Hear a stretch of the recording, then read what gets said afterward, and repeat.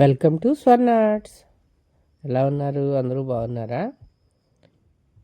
ఈరోజు దీపావళి కదా, టపాకాయలు ముగించుకుందాం. పిల్లలు ఉంటే ఇంటి దగ్గర ఆ సందడి వేరు కదండి. అవి కొనుక్కొచ్చి ఎండబెట్టి కాల్చే వరకు వాళ్ళు భోజనం కూడా చేయరు అసలు. దాంతోపాటు పండగకి వెరైటీ స్వీట్ చేసుకుందాం. మలై పూరి, ఎప్పుడు బూరెలు, చక్రాలు, బూందీ, కారపూస ఇలాంటివి కాకుండా ఇలా కొంచెం వెరైటీ కూడా చేసి పెడదాం పిల్లలకి. ఇది బయట కొనుక్కోవాలంటే చాలా కాస్ట్లీ కదండి. ఒక్కొక్కటి 10 రూపాయలు, 12 రూపాయలు అలా ఉంటుంది మలై పూరి. మనం ఇంట్లోనే చేసుకుందాం. కొంచెం కష్టమే కానీ పిల్లల కోసం ఇష్టంగా చేసేసుకుందాం. ఇదిగోండి, పైన డెకరేషన్ కోసం కవర్ పైన మన ఇంట్లో డ్రై ఫ్రూట్స్ ఏముంటే వాటితో డెకరేషన్ చేసుకోవచ్చు అండి. నేను బాదం పప్పుతో చేస్తున్నాను. జీడిపప్పు, పిస్తా పప్పు అలా ఏదైనా డెకరేషన్ చేసుకోవచ్చు. కవర్ పైన పెట్టి దానిపైన మలై పూరి పెట్టి దాన్ని రోల్ చేసుకుందాం. అంతే అండి, చక్కగా బాక్స్లో పెట్టేసి పార్సిల్ చేసుకోవచ్చు. దానికోసం 2 లీటర్లు ఫుల్ క్రీమ్ మిల్క్ తీసుకుని మందపాటి గిన్నెలో పోసి మరిగించుకుందాం. కలుపుతూ ఉండాలండి. ఇది కొంచెం టైం టేకింగ్ ప్రాసెస్. పొయ్యి మీద పెట్టేసి కలుపుతూ పని చేసుకోండి. వంట చేసుకుంటూ ఉంటే కలుపుతూ చేసేసుకోవచ్చండి, అడుగంటకూడదు. కలుపుతూ ఉంటే కోవ వస్తుంది. ఇప్పుడు గోధుమ పిండి తీసుకుందాం. ఒక గ్లాస్ కొలత పెట్టుకోండి, గ్లాస్ కానీ డబ్బా కానీ. నేను ఈ డబ్బాతో 2 డబ్బాలు పోస్తున్నాను గోధుమ పిండి. సేమ్ డబ్బాతో 1 డబ్బా మైదా. మైదా వద్దు అనుకున్న వాళ్ళు స్కిప్ చేసేయచ్చండి, అచ్చంగా గోధుమ పిండితోనే చేసుకోవచ్చు. 1 డబ్బా మైదా తీసుకుని కలుపుకుందాం.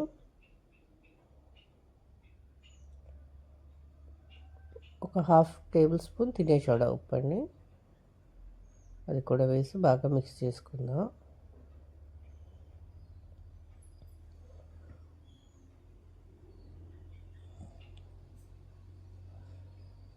కొంచెం కొంచెం నీళ్ళు పోసి కలుపుకుందాం.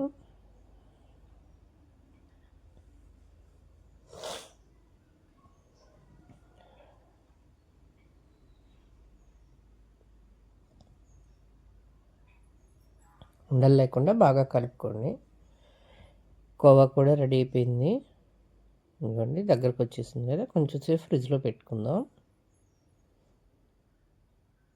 ఇప్పుడు ఒక 4 టేబుల్ స్పూన్ పంచదార అండి, మనం కలుపుతున్న గోధుమ పిండిలో కలిపేసి పెట్టుకుందాం. దీనికి 3 స్టెప్స్ ఉంటుందండి. ఫస్ట్ కోవా, సెకండ్ గోధుమ పిండి, మైదా అన్నీ కలిపి పెట్టుకున్నాం. ఇప్పుడు థర్డ్ స్టెప్ ఏంటంటే పంచదార పాకం పట్టుకోవాలి. అంటే పాకం అంటే జస్ట్ గులాబ్ జామ్ పాకంలా కరిగితే చాలండి, చిక్కగా పాకం వచ్చే అవసరం లేదు. ఒక డబ్బాడు పంచదార పోసుకుని ఒక గ్లాస్ నీళ్ళు పోసి పొయ్యి మీద పెట్టి మరిగించుకుందాం. పంచదార కరిగితే చాలండి, ఎక్కువ మరిగి పాకం రావసరం లేదు. స్టవ్ వెలిగించి ఒక పక్కన అది పెట్టేసుకుందాం. అప్పుడప్పుడు కలుపుతూ ఉండండి మధ్య మధ్యలో. ఇప్పుడు పక్కన ఇంకో స్టవ్ మీద బాండీ పెట్టుకుందాం.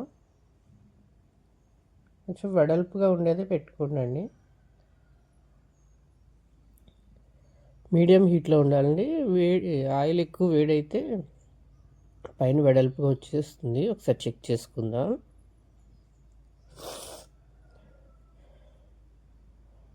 అంటే ఆయిల్ కొంచెం ఎక్కువ హీట్ అయింది. ఎక్కువ హీట్ అయితే అలా చిన్న చిన్న బబుల్స్ లాగా వచ్చేస్తాయి. ఏం కాదండి, అది కూడా. ఇదిగోండి, కొంచెం వేడి తక్కువ ఉన్న ఆయిల్లో వేస్తే చక్కగా వచ్చింది కదా. మనం సైజు మీ ఇష్టం అండి. చిన్న గరిటెతో వేస్తే చిన్న సైజు వస్తుంది, కొంచెం పెద్ద గరిటెతో వేస్తే పెద్ద సైజు వస్తుంది. ఇంట్లోకే కదా నేను కొంచెం పెద్ద సైజే చేస్తున్నాను. షాప్ వాళ్ళంటే సేల్ చేసుకోవడానికి చిన్న సైజు చేస్తారు. ఇదిగోండి, 2 వైపులా తిప్పి కొంచెం రెడ్ కలర్ వస్తే చాలండి, తీసి పాకంలో వేసుకుందాం. పంచదార పాకంలో వేసి ప్లేట్లో వేసుకుందాం. కొంచెం కేర్ఫుల్గా చేయండి, ఇది మడతలు పడిపోతూ ఉంటుంది. ఇదిగోండి అలా కొంచెం ఆరబెట్టేసుకుందాం. నేను వీడియోలో చూపించడానికి వేడి వేడి మీద కోవా పెడుతున్నానండి. క్రీమీగా ఎమ్మీగా ఎంత బాగుందో టేస్ట్ అసలు. వేడి మీద తింటే ఒక టేస్ట్, ఆరిపోయినాక తింటే వేరే టేస్ట్ అండి. దేని టేస్ట్ దాన్ని. నేను చూసారా ఫుల్గా కోవా పెట్టేసి తల ముక్క తినేసాం కట్ చేసేసి. చాలా బాగుంది, అమృతంలాగా ఉంది అండి. ఇలా ఒక్కొక్కటి పోసుకొని రెండు వైపులా తిప్పి పంచదారలో వేసి దాన్ని కూడా రెండు వైపులా కలిపి తీసి ఆరిన తర్వాత కోవా పెట్టుకుందాం. అలా 1 బై 1 చేస్తూ ఉండండి. అది తొందరగా మడతలు పడిపోతుందంటే 2 గరిటెలు పెట్టుకుని కేర్ఫుల్గా చేయండి, చేతుల మీద వేసుకోవద్దు. ఇవన్నీ పాకంలో వేస్తున్నాం కదా, పళ్ళెంలో వేసాము. ఇదిగోండి కట్ చేసి తలా ముక్క టేస్ట్ చేసాం అన్నాం కదా. ఇవన్నీ అట్లాగే ఇంకోటి పెడుతున్నాం.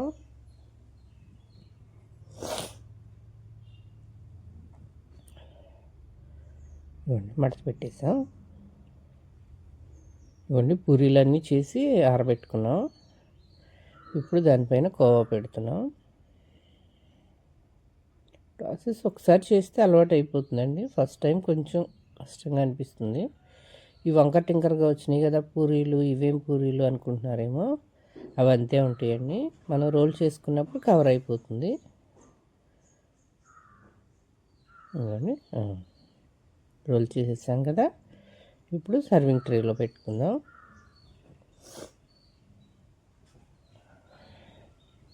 ఇప్పుడు ఇంకోటండి, చూసారా అది షేప్ అవుట్ అయిపోయింది కదా. దాన్ని కూడా చక్కగా నీట్గా రోల్ చేసేసుకుందాం.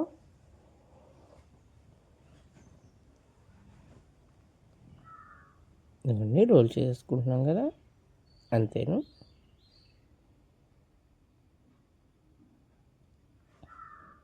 చూస్తేనే టెంప్టింగ్గా ఉంది కదా తినేయాలని.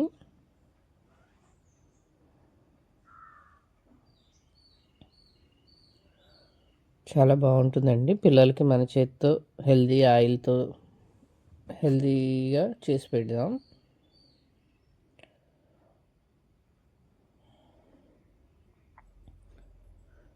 కోవా కూడా పెద్ద కష్టమేం కాదండి. కాకపోతే ఫుల్ క్రీమ్ మిల్క్ తీసుకుని కొంచెం మందపాటి గిన్నెలో వేసి మరిగించుకుంటే చక్కగా కోవా వచ్చేస్తుంది. నాకు 2 లీటర్ల పాలకి 1/2 కేజీ కొంచెం అటు ఇటుగా వచ్చిందిలేండి కోవా. మెజర్ చేయలేదు నేను, కానీ కోవా టేస్ట్ మాత్రం అల్టిమేట్గా ఉంది. అంతే అండి, పైన డెకరేషన్ చేసుకుందాం.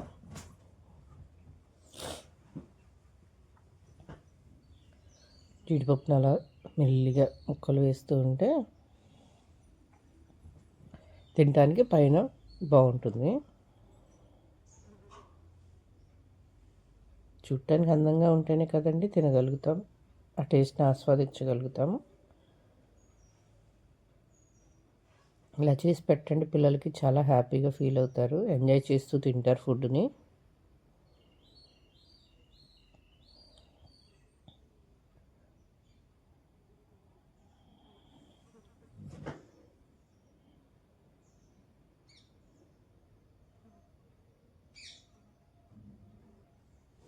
ఇలా ఉంది మలాయ్ పూరి, నచ్చిందా?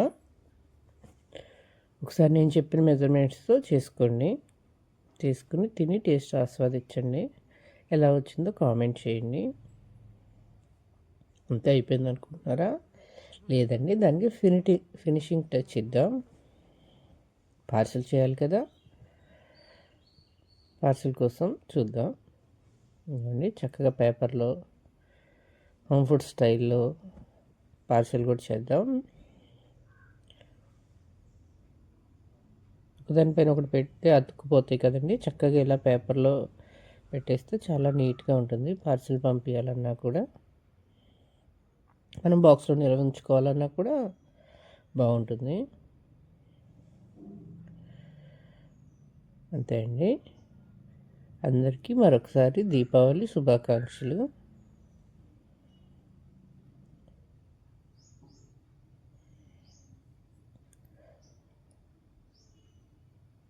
ఆకాశంలో రంగురంగుల హరివిల్లులు.